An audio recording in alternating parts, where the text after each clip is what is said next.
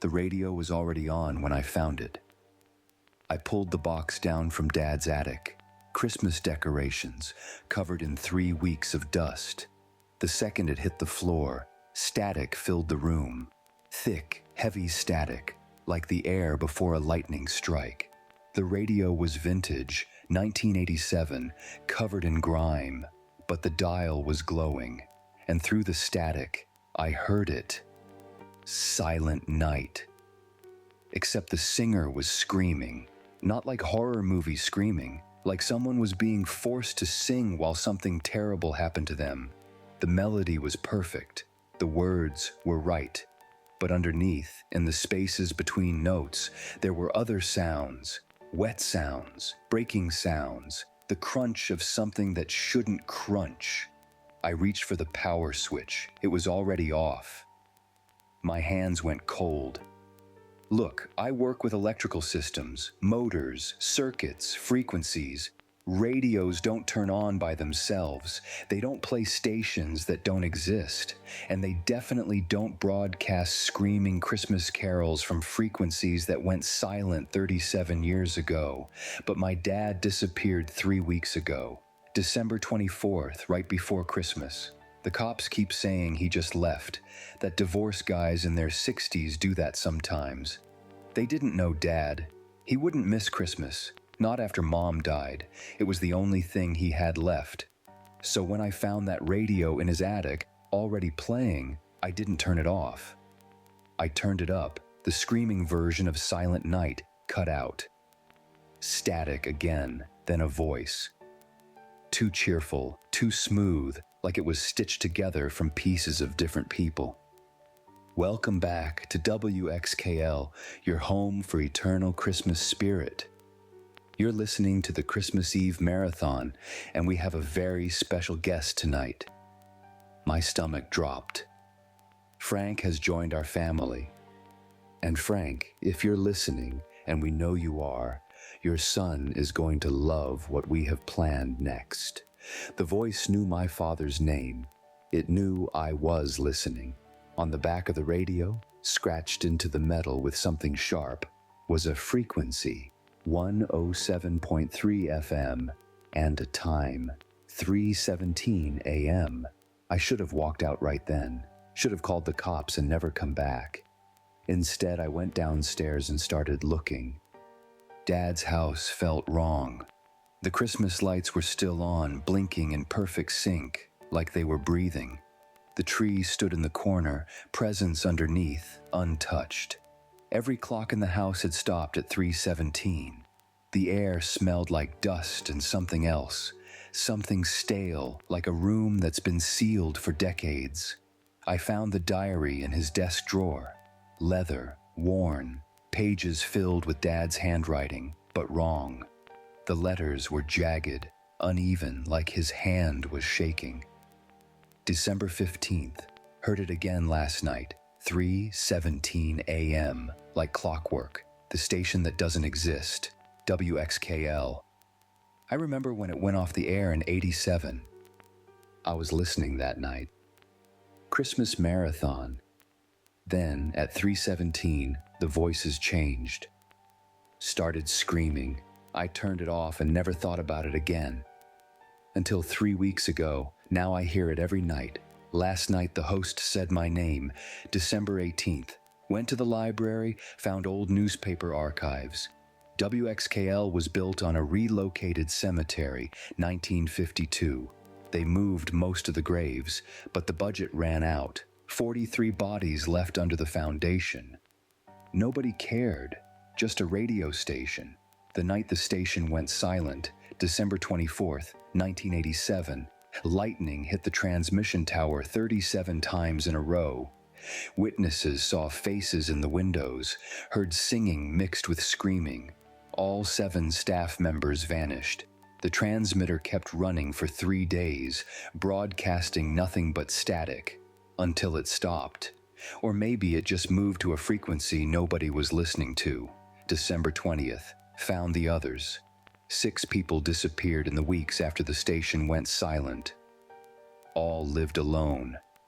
All listened to the radio late at night. Police found their homes empty, radios on, tuned to 107.3. The host keeps calling to me, says I've been alone too long, says Christmas is for family, says they're waiting. December 24th. Tonight I'm going to listen. Really listen. I need to know what happened to them. David, if you're reading this, don't listen to the radio. But I know you. You're stubborn, just like me. I'm sorry. I sat in Dad's living room, holding that radio. It was 3:10 a.m., December 25th. Christmas. Exactly 3 weeks after he disappeared. The rational part of my brain was screaming at me to leave, to let the cops handle it. But the son part, the part that remembered Dad teaching me to ride a bike, to fix a car engine, to build a Christmas star out of cardboard and foil, that part couldn't walk away. At 3:15, I started setting up. I pulled every radio I could find. Kitchen radio, alarm clocks, old transistor receivers from the garage, set them in a circle in the living room, all tuned to 107.3 FM. In the center, I placed the Christmas tree. On top was the star we made together when I was 8. Cardboard wrapped in aluminum foil with a light bulb inside. I took it down, opened it up. Simple circuit, battery, wires, bulb. I rebuilt it, added a capacitor from my truck, wired it to a portable signal jammer. If I could overload the frequency with its own signal, create a feedback loop, it might collapse, might burn out whatever was broadcasting. Theoretically. At 3:16, I turned on all the radios. Static erupted from every speaker, not random but synchronized, pulsing like a heartbeat. At 3:17, the voice came through. Merry Christmas, David. It was coming from all the radios at once, surrounding me, inside my head. We've been waiting for you. Your father talks about you all the time. He misses you so much. Where is he? My voice cracked. He's here, with us, with the family, where you should be. The air in the room changed, got heavier. The smell hit me. Dust and ozone and something else. Burnt hair and copper, like meat left out too long. The walls started to flicker like a TV losing signal, and through them I saw another place. A radio studio, frozen in 1987, microphones on stands, stacks of vinyl records, Christmas lights covered in decades of dust. And people, dozens of people standing perfectly still, staring at nothing. Their eyes were completely black. They wore clothes from different eras. A woman in a 1950s dress with a name tag, Barbara receptionist. A man in 1970s, bell-bottoms with dried blood under his nose. A teenager in 90s grunge flannel, her mouth hanging open at an unnatural angle. All of them motionless, all of them wrong. In the center of the studio stood my father. He turned toward me slowly, mechanically. His eyes were black holes. His mouth opened, but the voice that came out wasn't his. David, come home. It's Christmas. Family should be together. Behind him, the others started moving, not walking, gliding. Their feet didn't touch the ground. Their mouths opened in unison and they sang, Silent Night, Holy Night. But underneath the melody, they were screaming, throats tearing, vocal cords shredding. The sound was wet and ragged, like they'd been singing for decades without stopping. The host's voice returned, no longer cheerful, low, hungry, multiple voices layered together. You're alone, David, just like your father, just like all of them. Nobody should be alone on Christmas. We're a family here, forever. We sing together. We scream together. We never stop. The studio was getting closer. The walls of Dad's living room were dissolving, pixel by pixel, and I could feel the cold of that place seeping through. It wasn't just cold. It was the cold of a room that hasn't had living air in it for 40 years. The figures were close enough now that I could see their faces clearly. Barbara's skin was gray, papery. The man in bell-bottoms had fingernails that were too long, curled and yellow. The teenager's eyes weren't just black. They were empty sockets, leaking something dark down her cheeks. They were all reaching for me. Their fingers were too long, stretched. My father's mouth moved again. For just a second, I heard his real voice underneath the static. "David, run, please!" Then his face contorted, twisted, and the host's voice poured out of him. "Too late! He's ours! And now you are too!" The figures lunged. I grabbed the modified star and jammed the wires into the signal jammer. Nothing happened. My hands were shaking. The wires weren't making contact. The figures were 5 feet away. 4, 3. I could smell them now.